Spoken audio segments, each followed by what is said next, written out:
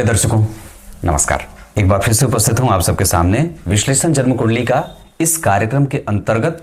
जो आप लोगों को मैं थंबनेल लिखता हूं वो कहीं ना कहीं वो विषय उस कुंडली विश्लेषण के कार्यक्रम में, उस वीडियो में शामिल होता है।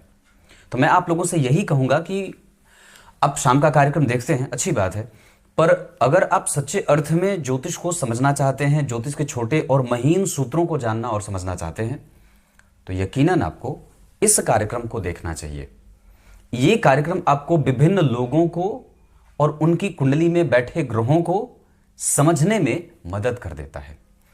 कैसे? अब जैसे इन्होंने कोई भी प्रश्न मुझसे नहीं पूछा, पर इस व्यक्ति की कुंडली में, जैसे ये जो जिनकी कुंडली है उसमें नवम भाव के अधिपति का जन्म कुंडली में द्वितीय भाव में जाने का फल क्या होगा। मंगल बैठे हैं लाभ भाव के अधिपति, और इस कुंडली के लिए सबसे पापक ग्रह होते हैं मिथुन लग्न की कुंडली के लिए, उनका 12वें जाने का फल क्या होगा। पंचम भाव में दशम भाव के अधिपति और इस कुंडली में 2 भावों के अधिपति होकर के गुरु का पंचम भाव में जाने का फल क्या होगा।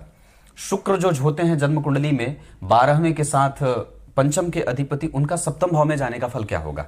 तो ये मैं सामान्यतया ये जो ऐसी चीजें हैं ये शाम के कार्यक्रम में बताता हूं कि वो सबके ऊपर ऐसे सूत्र सब पे लागू हो गए कि 12वें भाव का अधिपति है, सप्तम में बैठा है तो ऐसा परिणाम करेगा।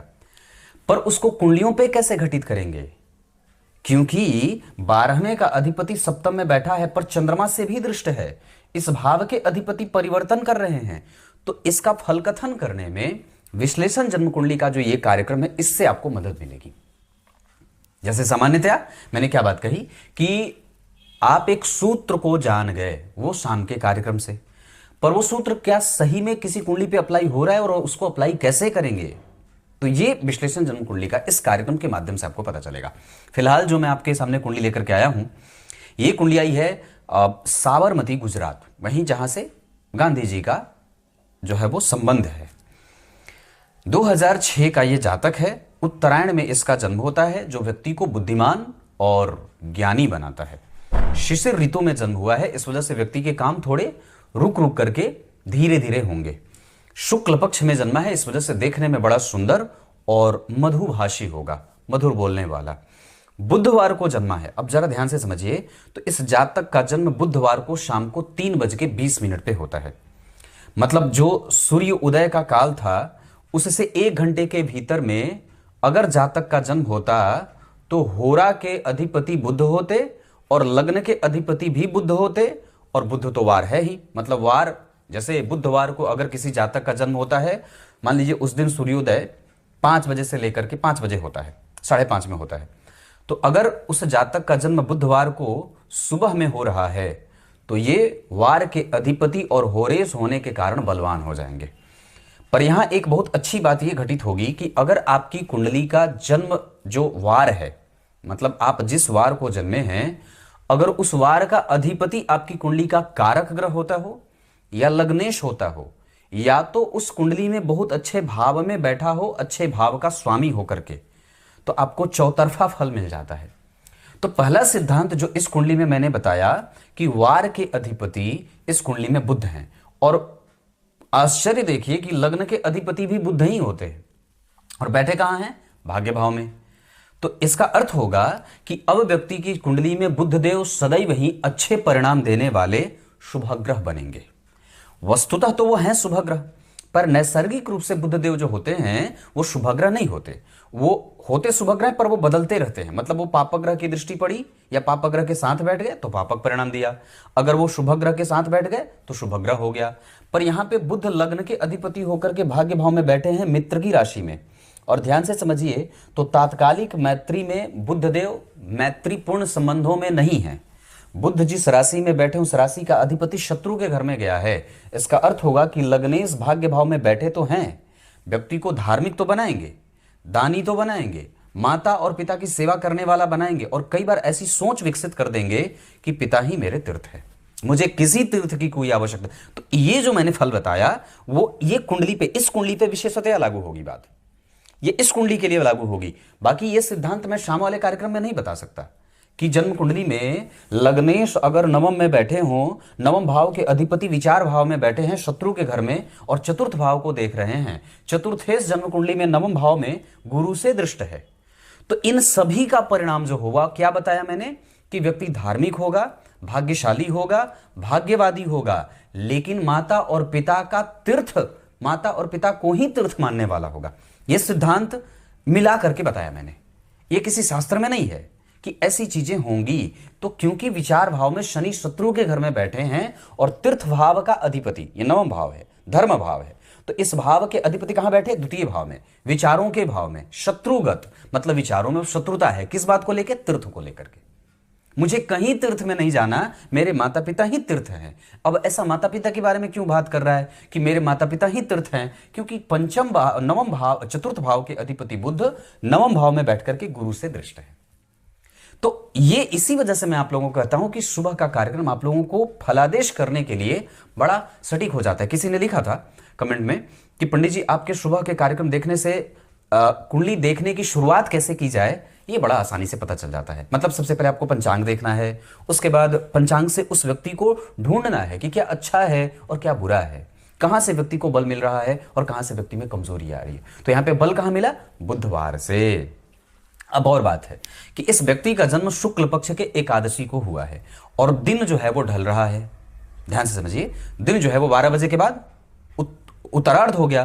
तो अब जैसे ही शुक्ल पक्ष के एकादशी का चंद्रमा, मतलब शुक्ल पक्ष में रात्रि का जन्म बड़ा अच्छा माना जाता है। माना क्या जाता है? होता ही है। अगर मैं कह दूं कि माना जाता है तो शायद इस पे लोग विश्वास ना करें, पर अगर मैं कहूं कि शुक्ल पक्ष के एकादशी के चंद्रमा शुभग्रह होने के कारण व्यक्ति को धनवान देते हैं, धनवान बनाते हैं, धन देते हैं, तो निश्चित रूप से ये बात भी सही होगी और यही सही होगा।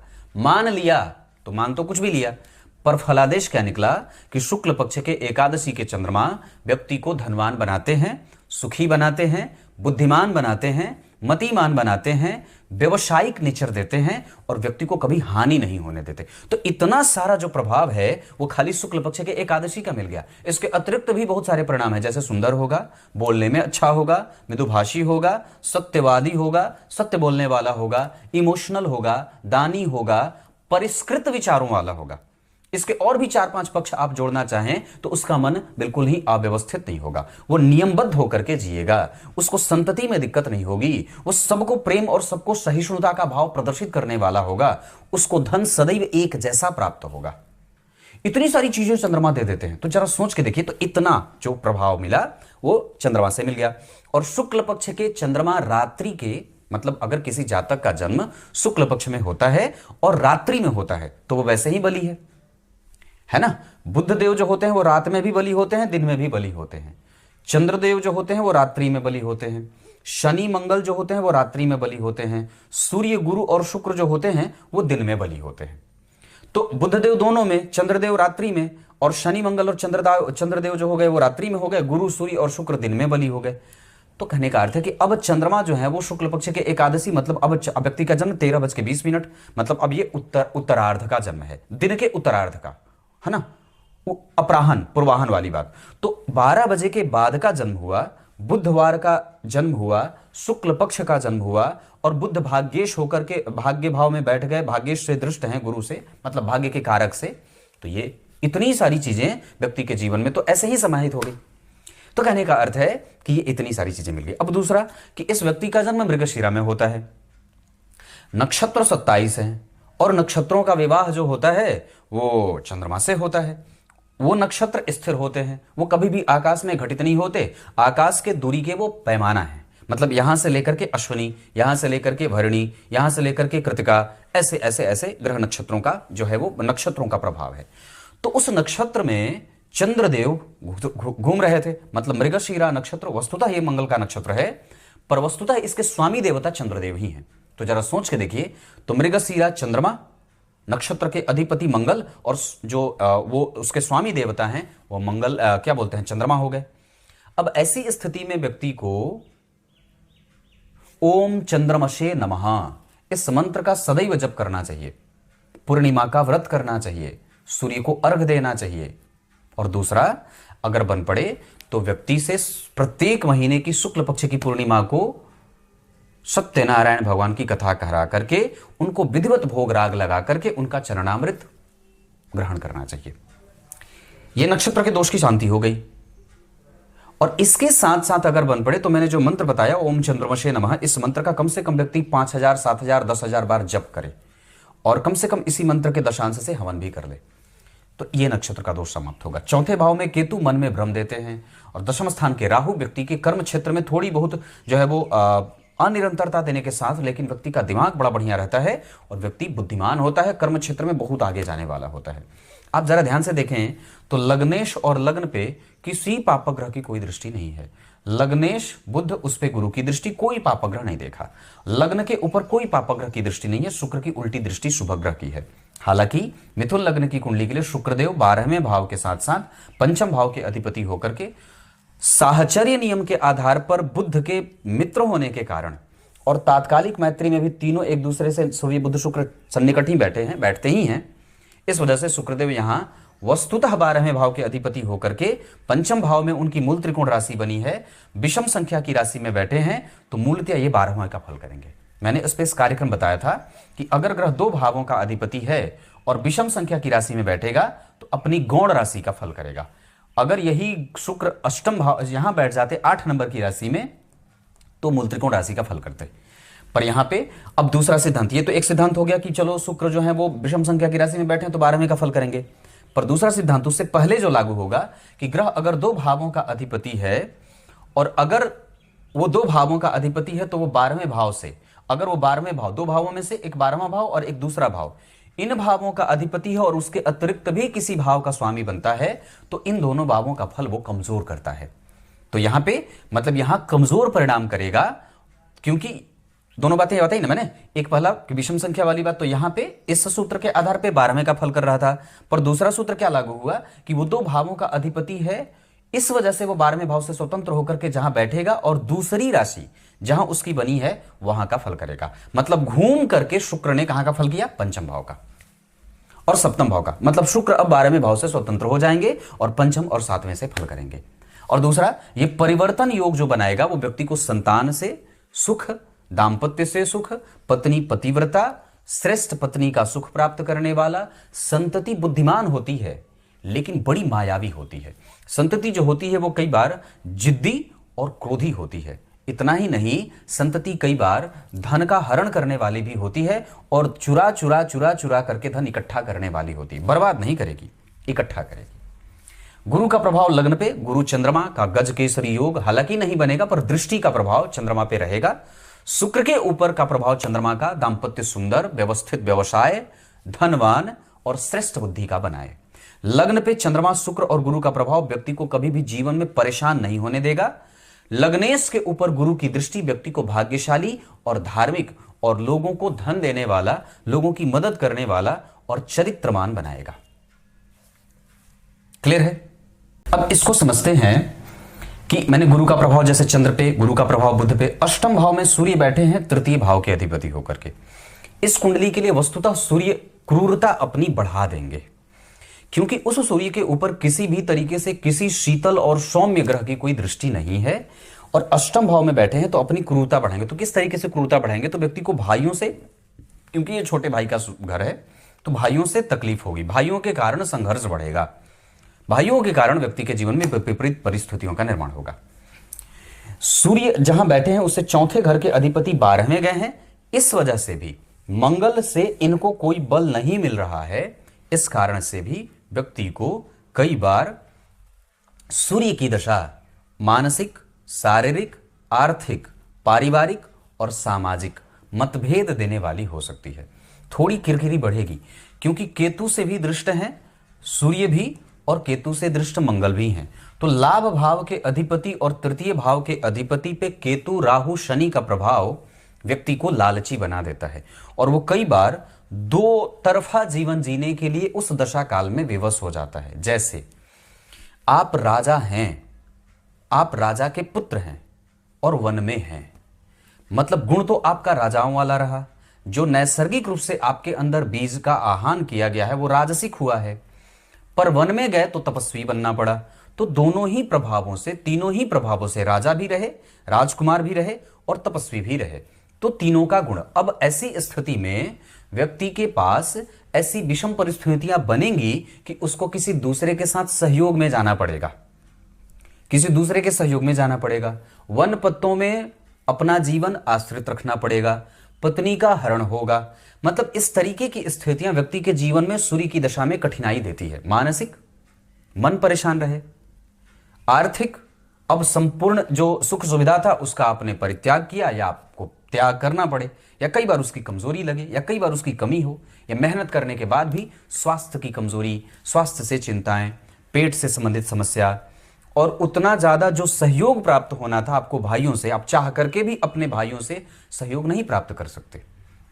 आप तुलना कर रहे होंगे, मैं भगवान राम की बात कर रहा हूं, आप चाह करके भी अगर चाहते भगवान तो अयोध्या की सेना का इस्तेमाल कर सकते थे, पर उन्होंने नहीं किया क्योंकि वो नहीं कर सकते थे, है ना। तो इसी कारण से यहां पे व्यक्ति के जीवन में जब सूर्य की दशा आएगी तो ऐसी कई बार स्थिति होगी जहां आपके अपने लोग आपको लाभ नहीं दे सकते, आप उनका फायदा नहीं उठा सकते, या उनसे आपको कोई फायदा नहीं होगा, या कई बार आपको अपने आप को ही प्रूफ करना पड़ेगा, अपने बल, अपने पराक्रम, अपने धैर्य, अपनी साहस, अपनी बुद्धि के बल पे। इतनी सारी चीजें। दशमान ये कुंडली बहुत अच्छी है और बेहतर है। इस कुंडली में पराक्रम बहुत अच्छा है, इस कुंडली का बल बहुत अच्छा है, इस कुंडली का लाभ बहुत अच्छा है, इस कुंडली का विदेश गमन बहुत अच्छा है मंगल के कारण, और गुरु और मंगल का प्रभाव एक दूसरे से षडाष्टक सकट में है। इस कारण से कई बार व्यक्ति थोड़ा लालची होता है और वो एग्रेशन में आता है। हाँ, सूर्य अष्टम में बैठे हैं तो हमें अपने आत्मविश्वास को, अपने जो क्रिएटिविटी का गुण है, जो कलाओं का प्रदर्शन है, उस पर थोड़ा सा संतुलन बनाना होता है, और उस दशा काल में हमें अपने स्वास्थ्य का ध्यान विशेष रखना पड़ता है।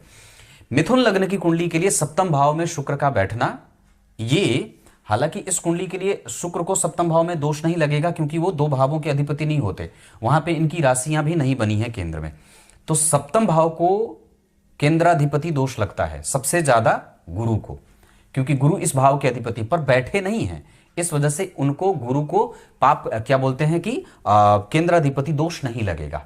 पर सप्तम भाव के अधिपति जो होंगे वो इस कुंडली में बाधाएं उत्पन्न जरूर करेंगे। पंचम भाव में बैठे हैं तो पत्नी का प्रेम, प्रेम विवाह, पत्नी का स्वास्थ्य कभी कभी कमजोर होगा 12वें भाव के अधिपति होने के कारण, और व्यक्ति अपने पति के इर्द गिर्द, पत्नी के इर्द गिर्द घूमने वाला, बहुत ही तीखा प्रेम करने वाला होता है, सुखी होता है, धर्मात्मा होता है, धर्माचरण करने वाला होता है, और अच्छे दाम्पत्य में जाने वाला होता है, चरित्रवान होता है, अनुभवी होता है, सुंदरता के पीछे भागने वाला होता है ना। इतने सारे गुण और दोष जन्म कुंडली में शुक्र के कारण और मंगल के कारण। क्यों? क्योंकि मंगल की दृष्टि सप्तम भाव पे, छठे भाव पे 7वीं और 8वीं दृष्टि शुक्र पे जा रही है।